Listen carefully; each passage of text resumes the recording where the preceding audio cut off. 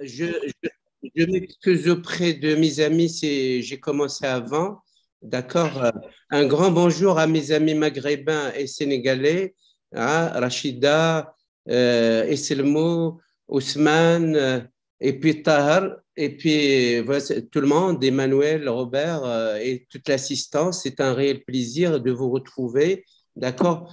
C'est un réel plaisir de vous retrouver dans cette réunion autour de Covid. Alors voilà, il faut dire que la déclaration de l'état d'urgence de santé publique internationale le 30 janvier 2020 et puis le 2 mars 2020 où il y a détection de premiers cas positifs au Maroc et enfin le 20 mars 2020 l'instauration de l'état d'urgence sanitaire au Maroc a marqué vraiment le début de tout un film des événements de Covid qui ne se sont pas encore arrêtés jusqu'à ce jour-là. Alors voilà, les données générales pédiatriques de la SARS-CoV-2 chez l'enfant au Maroc, regardez l'enfant, les indicateurs de morbimortalité, et nous avons malheureusement 33 décès. Regardez la proportion des enfants que je considère moins de 17 ans parmi l'ensemble des contaminés marocains, comment ça évolue depuis mars 20 jusqu'au novembre 2021. Regardez la courbe épidémique mensuelle avec les deux pics, d'accord, hein, premier pic et deuxième pic d'août, hein, et fin juillet, août et septembre. Et puis, regardez les cas confirmés chez les enfants moins de 17 ans par tranche d'âge. Hein? Les trois quarts des cas étaient entre 11 et 17 ans. Regardez la gravité, le tableau clinique à l'admission selon la sévérité clinique. En fait, le Covid chez l'enfant au Maroc n'a constitué qu'au moins de 1% de l'ensemble des cas cliniques de Covid. Et puis, je m'intéresse essentiellement aux 33 cas de décès pédiatriques. Hein. C'était moins au début, mais malheureusement plus au mois d'août et début septembre. Alors, les tranches d'âge les décès étaient répartis selon les différentes tranches d'âge. Voilà. Donc, et puis, PIMS, tout le monde a parlé de PIMS.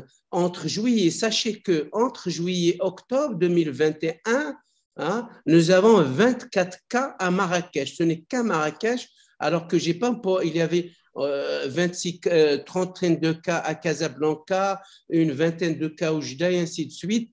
Et donc, la présentation clinique était très variable, 15 cas de Kawasaki-like, et puis l'échographie était normale dans 19 cas, d'accord, un cas d'anévrisme, un cas de dilatation coronaire minime, et puis enfin, regardez le protocole thérapeutique basé essentiellement sur l'administration de bolus de corticoïdes et des immunoglobulines. Et puis, nous avons enregistré malheureusement un cas sur les 20 cas de Marrakech déclarés comme PIMS. Voilà. Donc, voilà, grosso modo, une grande idée sur les données épidémiologiques pédiatriques au Maroc sur le Covid. Il faut dire que je vais m'intéresser essentiellement au programme d'immunisation marocain pendant le Covid et puis pour terminer avec la vaccination anti-Covid chez les ados au Maroc. Et donc, si ce calendrier national, et vous m'entendez? Oui, très bien.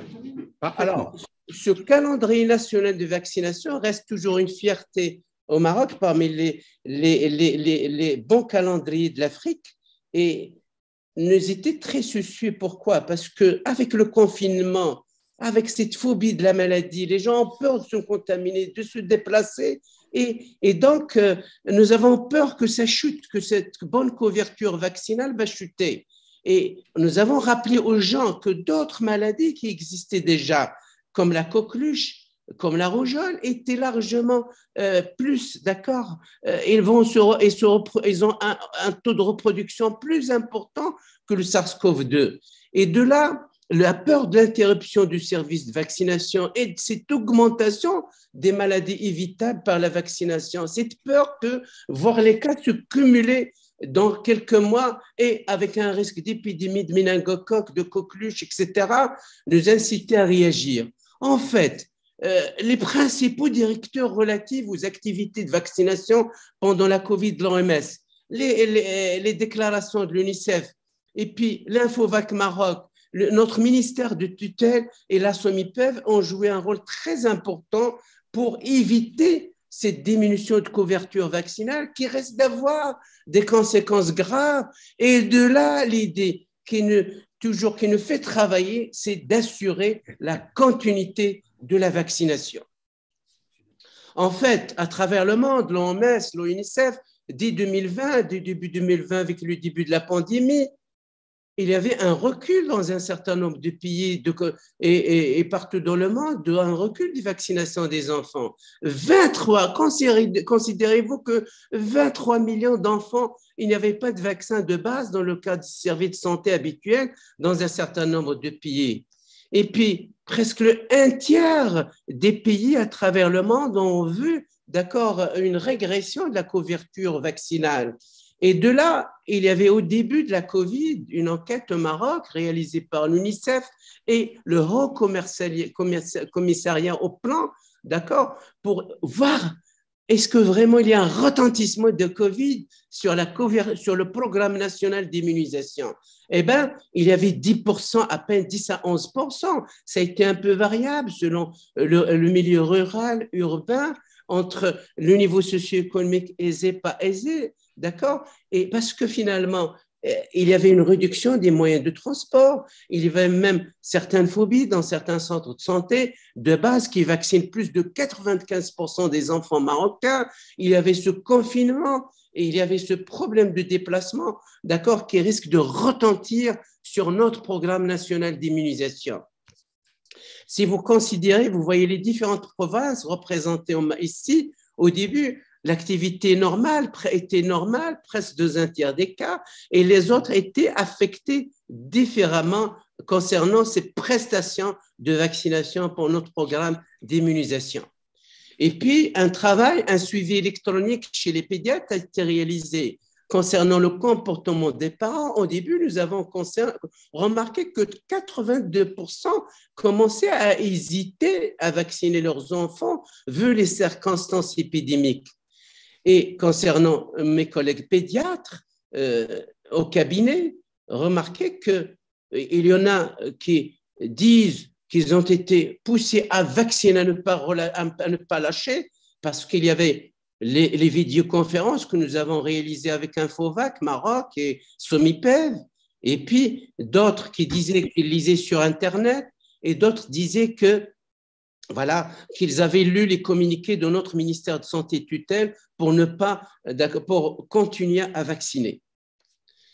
À travers, comme ce joli travail de l'ANSET qui illustre les rapports bénéfices-risques de la maintien de la vaccination systématique des enfants avec un risque minimal d'épidémie de rougeole et aucun autre épidémie évitable par la vaccination pendant la pandémie Covid-19 en Afrique.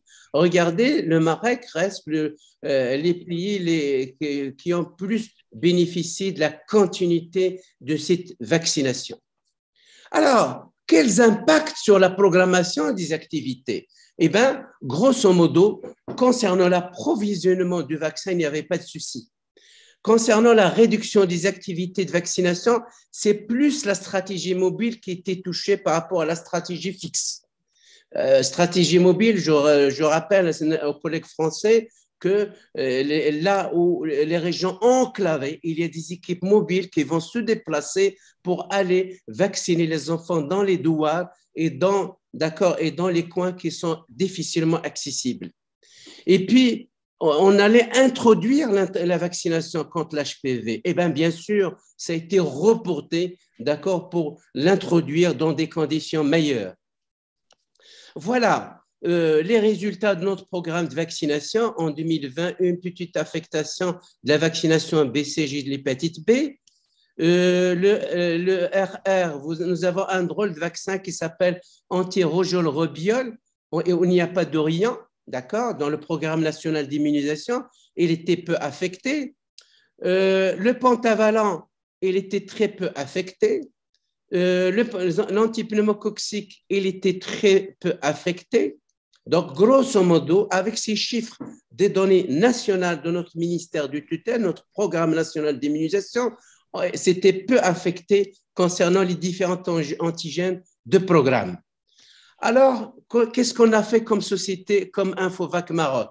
Nous avons, dès le début de la pandémie, fait sortir ce qu'on appelle un communiqué Infovac Maroc concernant la continuité de la vaccination pour inciter à vacciner les enfants pendant la période Covid, à ne pas lâcher. Et puis, une série de webinaires ont été réalisés avec différents intervenants marocains, mais aussi Robert. Je vous rappelle que Robert est un franco-marocain.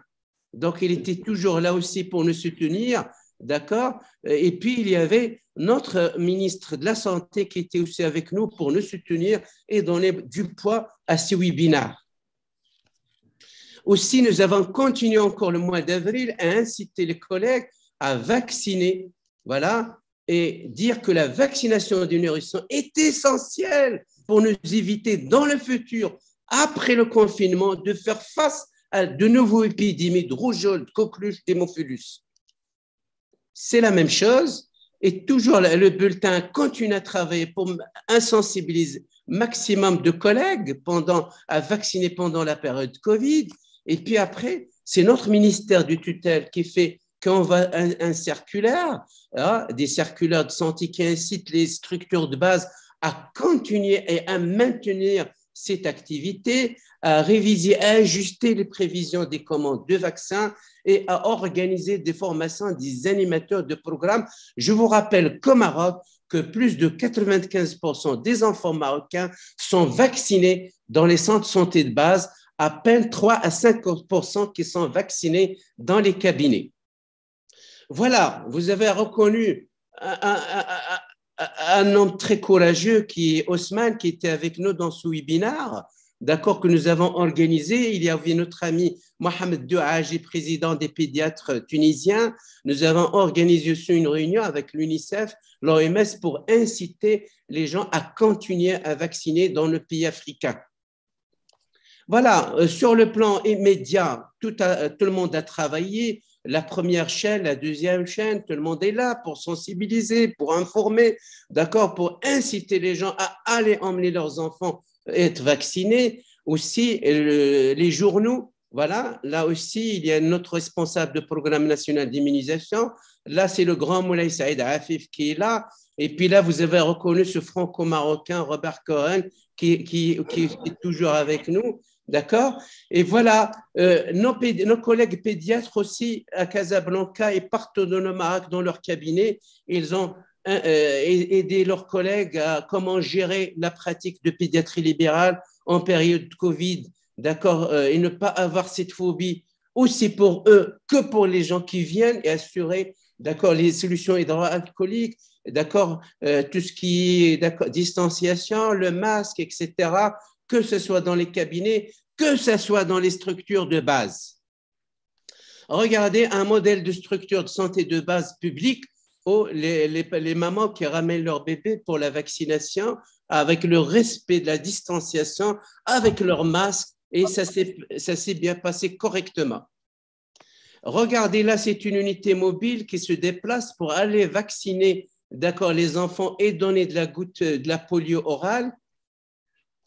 Et puis, la santé a fait beaucoup de progrès, pour maintenir une couverture vaccinale élevée. Ils ont trouvé des solutions informatiques, ils ont cherché comment s'adapter pour le suivi des enfants, de la vaccination des enfants.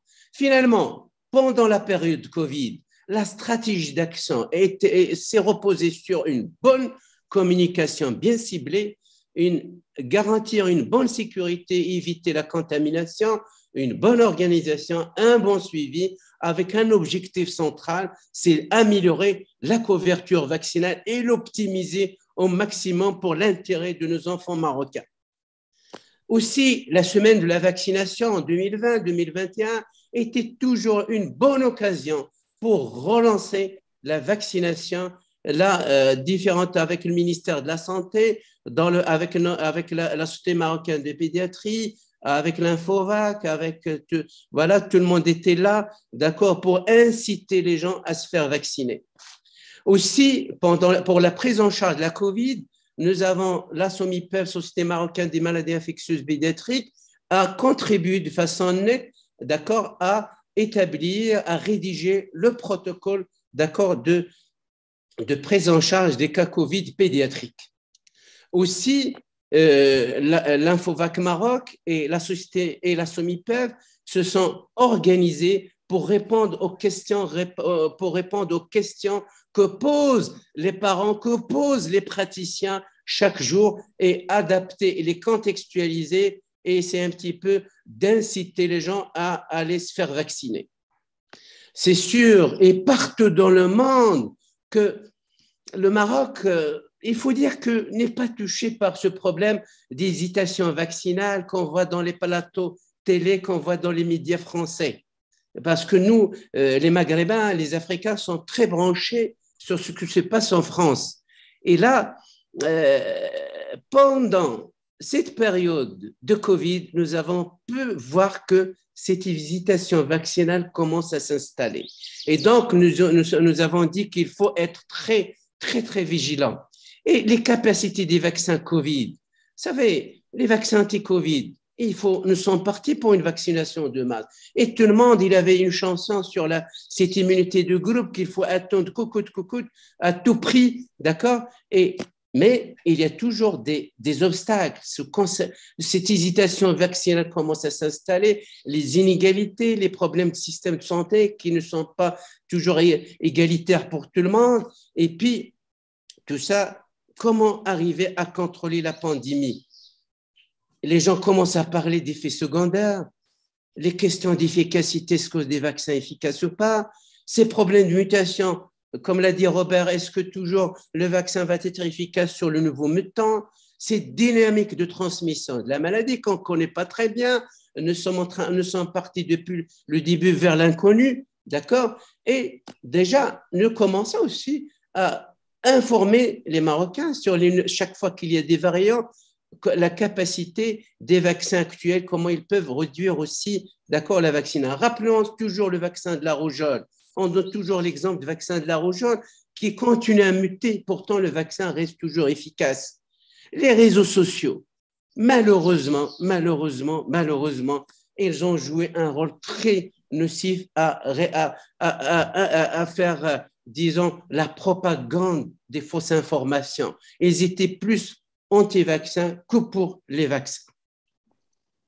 Et puis, les effets secondaires, les contre-indications, beaucoup de gens étaient il y avait de l'incompréhension dès le début pour les allergies. Au début, tout le monde, maladie allergie, tel médicament, ça y est, ne fait pas l'injection de vaccin anti-Covid. Nous avons fait un travail de fond pour recadrer les contre-indications. Et puis, l'information des parents était un pilier important, d'accord, pour informer les parents parce qu'on se préparait pour la vaccination des adolescents. Le risque d'effets secondaires indésirables graves dus au vaccin est tout à fait minime comparé au risque des maladies qu'ils préviennent. Nous avons rappelé aussi que nous avons tous un rôle à jouer dans la sécurité des vaccins. Et enfin, nous avons bien dit que les vaccins nous protègent contre les maladies graves et sauvent des vies. Et nous avons montré des images, la diphtérie dans notre contexte qui a disparu grâce à la vaccination, la polio qu'on ne voit plus au Maroc, et enfin la variole que nous avons éradiquée il y a très longtemps. Ces images ont aidé aussi, d'accord, à rappeler les gens l'intérêt de la vaccination. Les objectifs de la vaccination des ados. Je ne parlerai pas de l'adulte, je ne parlerai pas de la vaccination des adolescents, mais dès que nous avons commencé à parler de la vaccination des adolescents, les questions commencent à se poser. Je ne reviens pas sur l'intérêt de la protection de la santé des adultes, des adolescents. D'accord? Le Covid-là, le PIMS, etc.